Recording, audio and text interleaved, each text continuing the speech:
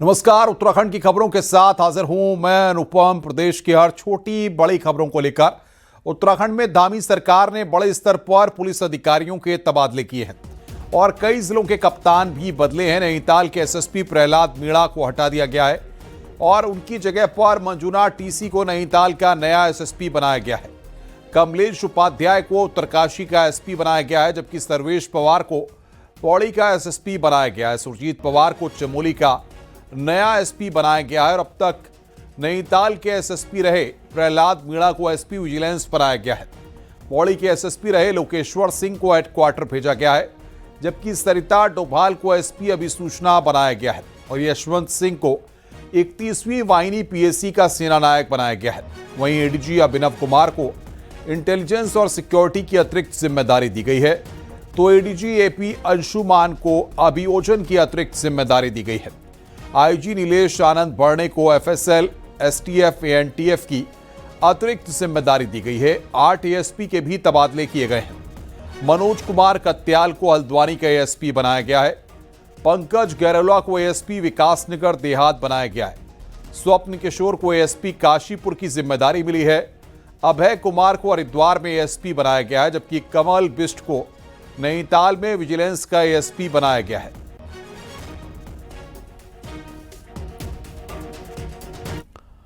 UK triple SC paper case से जुड़ी बड़ी खबर है। UK triple SC paper set के वायरल होने के मामले की जांच अब सीबीआई ने शुरू कर दी है। देहरादून में सीबीआई ने केस दर्ज कर लिया है। सीबीआई ने एसआईटी से केस की पूरी जांच डायरी ले ली है और सीबीआई पेपर वायरल करने की साजिश, उसके नेटवर्क और आयोग से जुड़े अधिकारियों की भूमिका की पड़ताल करेगी। सीबीआई की देहरादून डिवीजन पूरे मामले की अब जांच कर रही है। आपको बता दें कि 21 सितंबर को हरिद्वार के एक एग्जाम सेंटर से यूके ट्रिपल एससी पेपर का एक सेट वायरल हुआ था, जिसके बाद पुलिस ने मामले में आरोपियों को गिरफ्तार भी किया था। उसके बाद छात्रों की मांग पर सीएम धामी ने सीबीआई जांच की सिफारिश की थी। इसके बाद अब सीबीआई ने पूरे मामले की जांच पड़ताल शुरू कर दी है।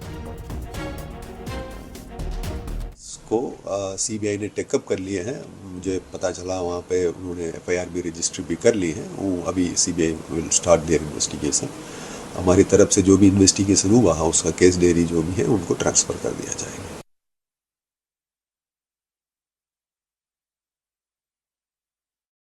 सीएम धामी को बिहार से चुनाव प्रचार के लिए बुलावा आया है। सीएम धामी 30 अक्टूबर को चुनाव प्रचार के लिए बिहार जाएंगे। सीएम धामी मोतिहारी जिले में 2 जनसभा करेंगे। मोतिहारी के कल्याणपुर में सीएम की पहली जनसभा होगी, तो वहीं हरिसिद्ध विधानसभा में दूसरी जनसभा करेंगे। सीएम धामी दूसरी बार बिहार विधानसभा चुनाव प्रचार के लिए जा रहे हैं।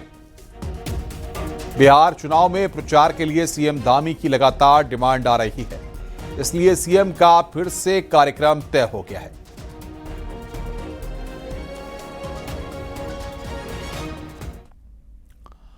मुख्यमंत्री पुष्कर सिंह धामी खटीमा के संजय रेलवे पार्क में पूर्वांचल सेवा समिति की तरफ से आयोजित छठ पूजा महोत्सव में शामिल हुए। सीएम धामी ने मुख्य अतिथि के रूप में प्रतिभाग किया। उन्होंने डूबते सूरज को अर्घ्य अर्पित कर प्रदेश की सुख समृद्धि की कामना की। मुख्यमंत्री ने कहा कि छठ पूजा आस्था, अनुशासन और प्रकृति के प्रति कृतज्ञता का पर्व है, जो जीवन मूल्यों और पारिवारिक संस्कारों का प्रतीक है। उन्होंने कहा कि उत्तराखंड में भी यह पर्व पूरे श्रद्धा और उत्साह से मनाया जा रहा है। आपको बता दें कि छठ बिहार और पूर्वांचल के लोगों का एक लोक पर्व है।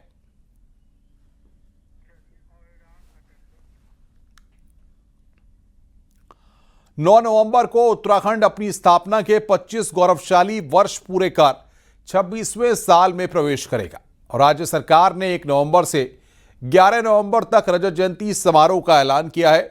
इस खास मौके पर देश की 2 सर्वोच्च संवैधानिक हस्तियां राष्ट्रपति द्रौपदी मुर्मू और प्रधानमंत्री नरेंद्र मोदी उत्तराखंड आएंगे।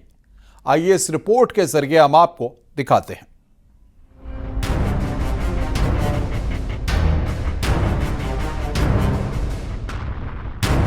जन संघर्ष और जोश से तपकर निकला उत्तराखंड अब रजत जयंती मना रहा है।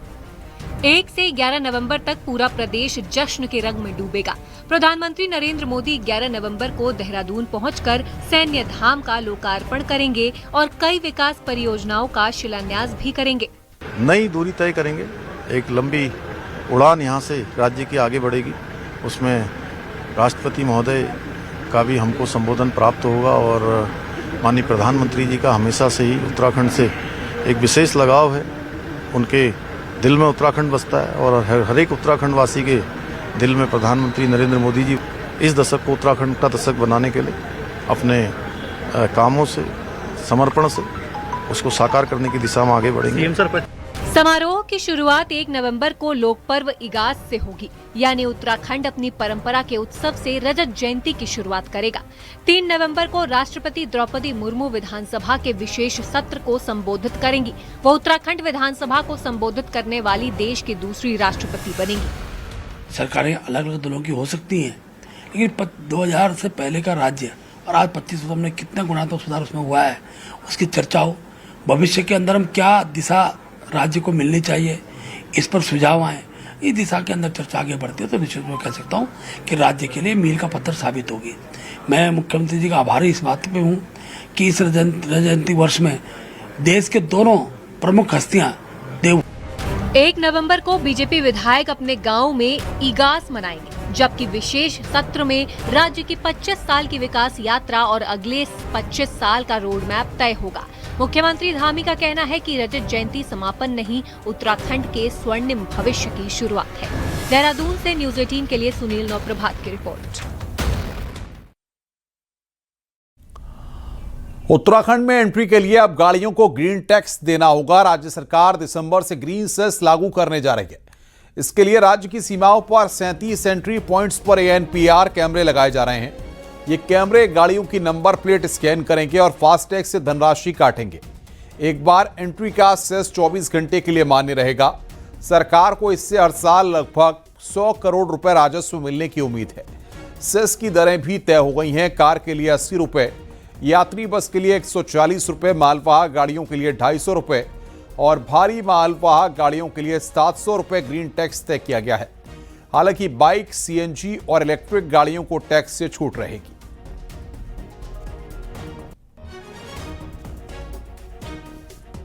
बसेस जो होगी, अलग अलग वाहनों के अलग अलग ग्रीन सेस का मानक मेंशन करके रखा है जियो में।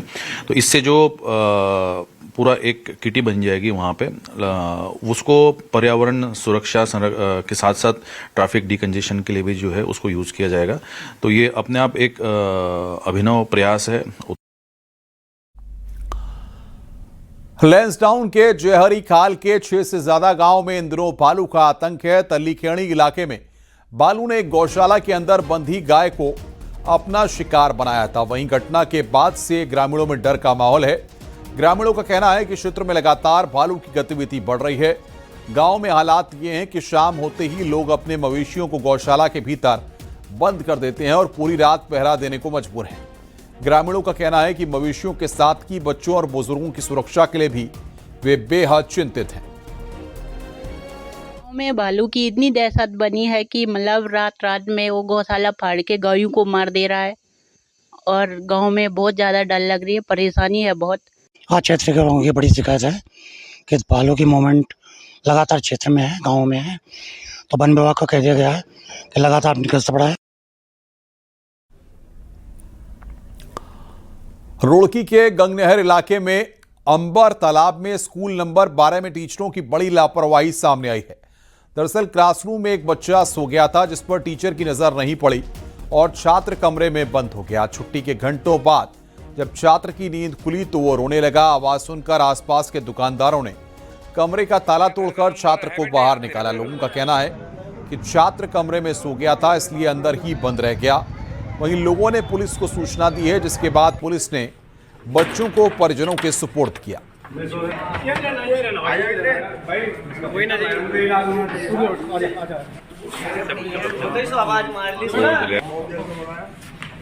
ये बच्चे की आवाज़ आई रोने की यहाँ पे घर पे, फिर हमें भी बुलाया गया कि भाई गली अंदर बच्चा बंद है कमरे में, इसकी व्यवस्था कराओ बच्चे की निकालने की। फिर मोहल्ले पड़ोस सारा इकट्ठा करा, हमने व्यवस्था करी। पुलिस को फ़ोन करके बुलाया गया है, पुलिस आई है, पुलिस ने ताला तोड़ा है, बच्चे को बाहर निकाला है। बच्चा बेहोश हो गया था, उसे होश में लाने के लिए पानी पूनी पिलाया गया, मारा गया, पानी उसके चेहरे पे, तब जाकर उसे बच्चे को होश आई है। रामनगर के तराई पश्चिमी वन प्रभाग के हिमपुर क्षेत्र में एक विशालकाय अजगर पकड़ा गया। करीब 18 फीट लंबा और 175 किलो वजनी यह अजगर को देखकर ग्रामीणों के होश उड़ गए। बताया जा रहा है कि अजगर अचानक हिमपुर डिपो क्षेत्र के पास दिखाई दिया, जिसे देखकर वहां मौजूद ग्रामीणों ने तत्काल इसकी सूचना वन विभाग के अधिकारियों को दी। सूचना मिलते ही मौके पर पहुंची टीम ने विशालकाय अजगर को पकड़ा।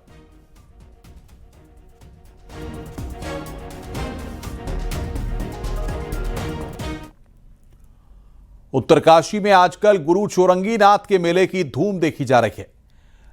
गाजड़ा क्षेत्र में यह मेला 3 साल में एक बार आयोजित किया जाता है। मेले में देवताओं के आशीर्वाद लेने के लिए हजारों की संख्या में श्रद्धालु पहुंचते हैं। गाजड़ा क्षेत्र के 5 गांव इस मेले का आयोजन 13 नवंबर तक करते हैं। प्रत्येक गांव में देवताओं के साथ बाहर से आने वाले श्रद्धालुओं के लिए 5 गांव को विशेष व्यवस्था की जाती है। हर घर में मेले में आने वाले श्रद्धालुओं के लिए पकवान तैयार किए जाते हैं और ग्रामीण देव डोली के साथ खूब झूमते हुए नजर आ रहे हैं। 11 को देवता जो लुदाड़ा रहेगा और लुदाड़ा से देवता जो है लुदाड़ा रहेगा 11 को और 12 को देवता जो है फिर बिटियारा चला जाएगा रात को और 13 तारीख को इस मेले का होगा समापन। और इसके जो है 5 थोड़ होते हैं। आगे बढ़ते हैं। उत्तराखंड के पहाड़ी इलाकों में ट्रैकर्स और पर्वतारोही अक्सर खराब मौसम या रास्ता भटकने से फंस जाते हैं। अब एसडीआरएफ ने ऐसे हालात से निपटने के लिए 5 पहाड़ी जिलों में हाई एटीट्यूड रेस्क्यू टीम को तैनात किया है, जो मिनटों में लोगों तक राहत पहुंचाएगी। देखिए हमारी रिपोर्ट।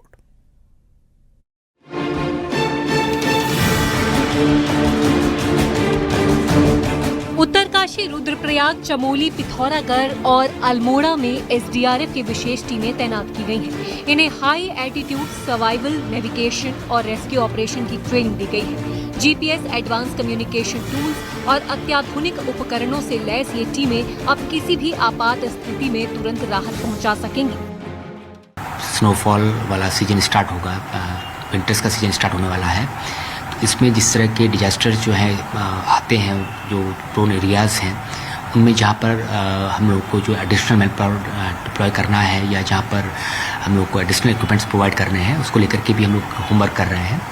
तो अभी 2 चीज़ों पे काम हम लोग कर रहे हैं। एक तो जो चारधाम में हम लोग के जो कर्मचारी तैनात थे, वहाँ पर जो भी फीडबैक रहा है उसको कंपाइल कर रहे हैं, ताकि अगली बार जो भी इश्यूज आए हैं इस बार उनको और बेहतर तरीके से डील कर पाएँ।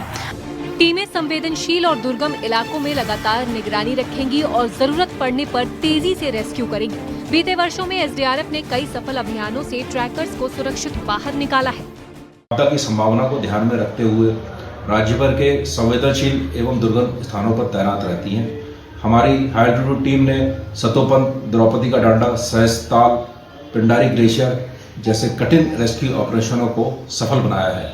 एसडीआरएफ की हाई एल्टीट्यूड टीम आधुनिक उपकरणों से सुसज्जित रहती है। माउंट भागीरथी, सतोपंथ, एवरेस्ट और गंगोत्री जैसे अभियानों में साहस दिखा चुकी एसडीआरएफ अब और सक्षम हो गई है। अब ऊंचाई वाले इलाकों में संकट की घड़ी में सबसे पहले पहुंचने वाली टीम कहलाएगी एसडीएफ की high attitude rescue unit. Satendra Bartwal, news 18, Dehradun.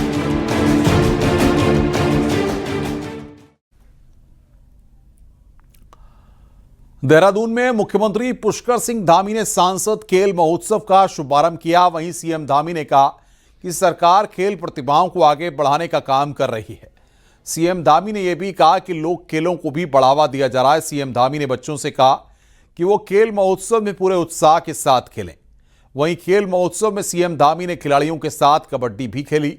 वहीं खिलाड़ियों को हौसला भी सीएम धामी ने बढ़ाया। वहीं सीएम धामी ने कहा कि राज्य के 8 प्रमुख शहरों में 23 खेल एकेडमी की स्थापना की जा रही है, जिनसे हर साल 1000 खिलाड़ी निकलेंगे।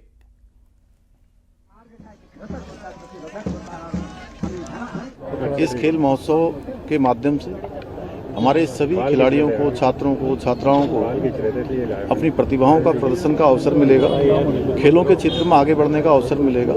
और हम राज्य के अंदर प्रधानमंत्री जी की प्रेरणा से खिलाड़ियों के उत्थान के लिए, उनको आगे बढ़ाने के लिए, जहां हमने नई खेल नीति प्रारंभ की है, मुख्यमंत्री उदयमान खिलाड़ी योजना प्रारंभ की है, हम राज्य के 8 प्रमुख शहरों में 23 खेल अकादमियों का निर्माण भी कर रहे हैं।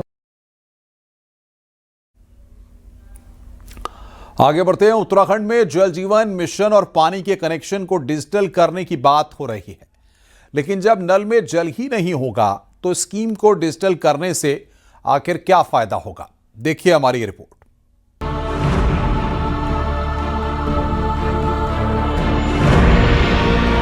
उत्तराखंड में जल जीवन मिशन के तहत 14 लाख पानी के कनेक्शंस हैं। हर घर नल, हर घर जल स्कीम में नल तो पहुंचे, लेकिन कई जगह जल नहीं पहुंचा। नतीजा ये कि पौड़ी में ये स्कीम सवालों में घिरी तो चमोली में लोग आज भी सवाल खड़े कर रहे हैं। तपोवन गांव के रहने वाले ओम प्रकाश डोभाल के मुताबिक उनके गांव में स्रोत से न तो कोई लाइन बिछी, न घर में नल से जल पहुंचा। एक तरफ ये हाल है, वही सवाल है कि बिना नल और जल के स्कीम को डिजिटल कर भी दिया गया तो क्या ही फायदा। सरकार ने जो टेंडर लगाए अभी वही काम पूरे नहीं हुए।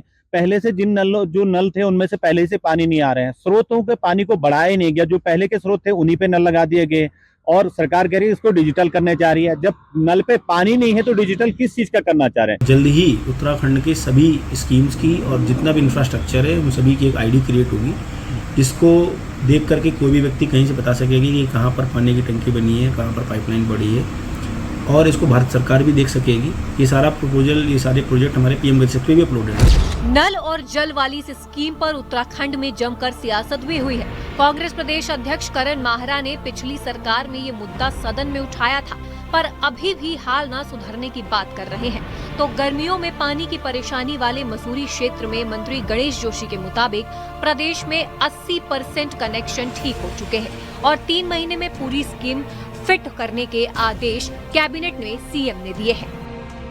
आज हमारा पेयजल विभाग ये सुनिश्चित कर रहा है कि जो लाइनें हमने बिछाई हैं उनमें पानी की सप्लाई हो, वाटर सोर्सेज से वो जुड़े, और हमें पूरा भरोसा कि एक जो टाइम बाउंड पूरा निर्धारित किया है 3 महीने के अंदर हर नल में जो है जल होगा। मैंने इस विषय को, इसकी क्वालिटी और उसको लेकर विधानसभा में प्रश्न उठाया था और यकीनन कई जगह ऐसे पाइप्स लगाए गए और मैंने तब कहा था कि ये जो जंगल की आग है पहाड़ में, पर्वतीय क्षेत्रों में नहीं टिकेंगे, और आज कई क्षेत्र ऐसे हैं जहाँ वो पाइप है ही नहीं।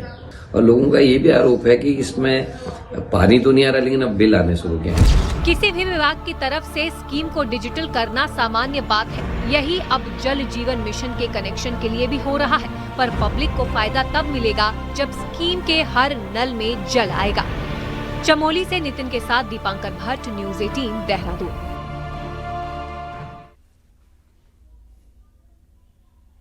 तो देखा आपने किस तरीके से स्कीम डिजिटल है लेकिन पानी नहीं पहुंच पा रहा। आगे बढ़ते हैं। हरिद्वार में कुंभ मेले के लिए बनाए जा रहे गंगा घाटों में दरारें आने के मामले पर हरिद्वार सांसद त्रिवेंद्र सिंह रावत ने कहा है कि हरिद्वार जैसी तीर्थ नगरी की ओर पूरे देश का ध्यान रहता है। यहां ऐसा होना ठीक नहीं है, इसके लिए अधिकारियों से जवाब मांगा जाना चाहिए। उन्होंने कहा कि अगर निर्माण में दरार है तो मतलब गड़बड़ हुई है, लेकिन ये गड़बड़ तकनीकी है या गुणवत्ता की कमी ये जांच में सामने आ सकेगा। आपको बता दें कि हरिद्वार में गंगा घाटों को लेकर यूपी सिंचाई विभाग और उत्तराखंड सरकार आमने सामने है और इस पर तकरार लगातार चल रही है। जिला प्रशासन ने दावा किया है कि मुख्य आधार में कोई दिक्कत नहीं है और सिर्फ लीन कंक्रीट में पानी छोड़े जाने के बाद ये दिक्कत आई है। अगर ऐसा है तो मैं स्वयं उसका संज्ञान लूँगा और जो संबंधित अधिकारी हैं उसके बारे में उनसे पूछा जाएगा कि आखिर ऐसा क्यों हो रहा है। देखिए, अगर अभी वहाँ पर क्रैक आए हैं तो निश्चित रूप से प्रत्यक्षम किम प्रमाणम, इसका मतलब गड़बड़ हुआ है। अब गड़बड़ उसमें तकनीकी रूप से गड़बड़ है या उसमें जो सामग्री लगी है वो उचित नहीं लगी है, वो चीज़ें जांच में सामने आ जाएंगी।